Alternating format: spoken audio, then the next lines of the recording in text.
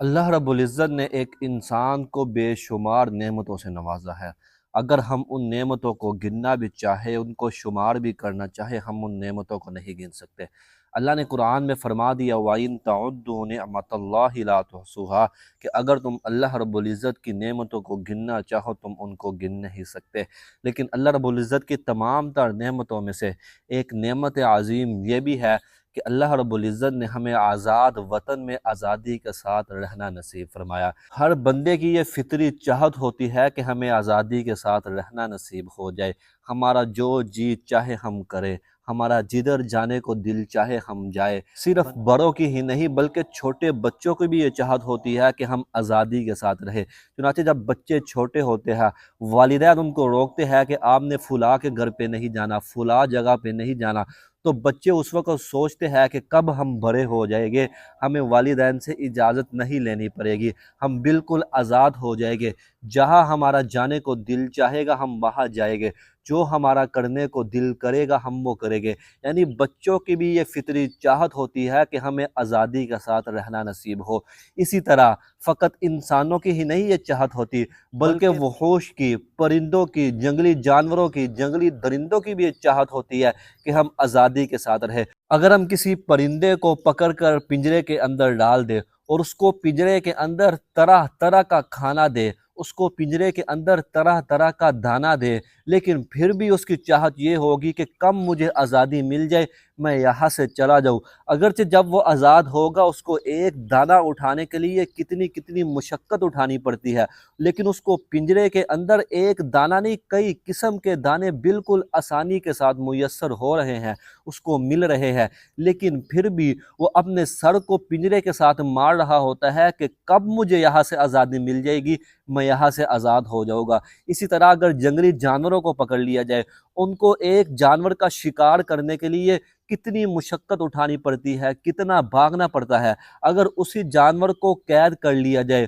اس کو ٹائم سے پہلے اس کا کھانا دیا جائے، لیکن پھر بھی اس کی یہ چاہت ہوتی ہے کہ میں مشقت اٹھا لوں گا لیکن ساتھ میں آزادی کے ساتھ رہنا چاہتا ہوں۔ تو معلوم ہوا کہ جانوروں کی، پرندوں کی بھی یہ چاہت ہوتی ہے کہ ہم آزادی کے ساتھ رہے، قید کو وہ بھی پسند نہیں کرے۔ صرف انسان اور جانور اور پرندے ہی نہیں بلکہ بے جان چیزیں، بے روح چیزیں، ان کی بھی یہ چاہت ہوتی ہے کہ ہم آزادی کے ساتھ رہیں۔ پانی آتا ہے، ہم پانی کو روکنے کے لیے بند کو بنا دیتے ہیں، لیکن پانی اپنی پوری طاقت لگا کر بند کو توڑ کر نکل جاتا ہے۔ پانی کہتا ہے کہ میں کسی بند کے اندر بند نہیں رہوں گا، یعنی اس کی بھی یہ چاہت ہے کہ میں آزادی کے ساتھ رہوں گا، میں کسی قید کو پسند نہیں کروں گا۔ اسی طرح ہم آگ کو دیکھتے ہیں، آگ بھی آزادی کو پسند کرتی ہے۔ چنانچہ جب ہم چولہا جلا کے، چولہے کی آگ جلا کے ہم اوپر توے کو رکھ دیتے ہیں، آگ تھوڑی دیر کے لیے قید ہو جاتی ہے، لیکن وہ قید کو پسند نہیں کرتی،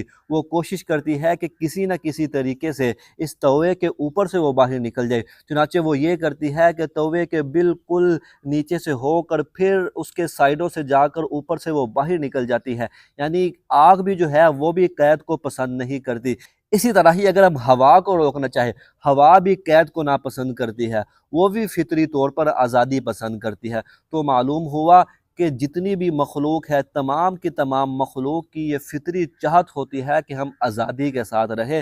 کوئی مخلوق بھی قید کو پسند نہیں کرتی۔ چنانچہ جب ہم قرآن و حدیث کا مطالعہ کرتے ہیں، ہمارے اوپر یہ حقیقت کھل جاتی ہے کہ انبیاء بھی آزادی کو پسند کرتے تھے، وہ بھی اپنے وطن سے محبت کیا کرتے تھے۔ حضور صلی اللہ علیہ وسلم نے جب نبوت کا اعلان کیا، اس کے بعد مکہ مکرمہ میں کفار نے آپ صلی اللہ علیہ وسلم کے لیے مکہ کی سرزمین کو مشکل بنا دیا، آپ صلی اللہ علیہ وسلم کے لیے وہاں رہنا مشکل ہو گیا تھا۔ آخرکار اللہ کے حکم سے رسول اللہ صلی اللہ علیہ وسلم مکہ سے ہجرت کر کے مدینہ منورہ چلے گئے۔ جب آپ مکہ سے باہر نکلے، رسول اللہ صلی اللہ علیہ وسلم نے مکہ کو دیکھ کے فرمایا، اے مکہ تو کتنی اچھی سرزمین ہے، تو مجھے کس قدر محبوب ہے، اگر میری قوم مجھے یہاں سے نہ نکالتی میں تجھے کبھی بھی نہ چھوڑتا۔ آخرکار پھر رسول اللہ صلی اللہ علیہ وسلم مدینہ منورہ چلے گئے۔ مدینہ جب گئے، آپ صلی اللہ علیہ وسلم نے یہ فرمایا، اے اللہ جس طرح ہمارے دلوں میں مکہ مکرمہ کی محبت تھی، اسی طرح مدینہ کی محبت بھی ہمارے دلوں میں ڈال دیجیے۔ پھر آپ صلی اللہ علیہ وسلم کے دل میں مدینہ منورہ کی محبت اس طرح ڈل گئی کہ آپ صلی اللہ علیہ وسلم اگر کہیں سفر پہ جایا کرتے تھے تو آپ صلی اللہ علیہ وسلم جب سفر سے فارغ ہو جائے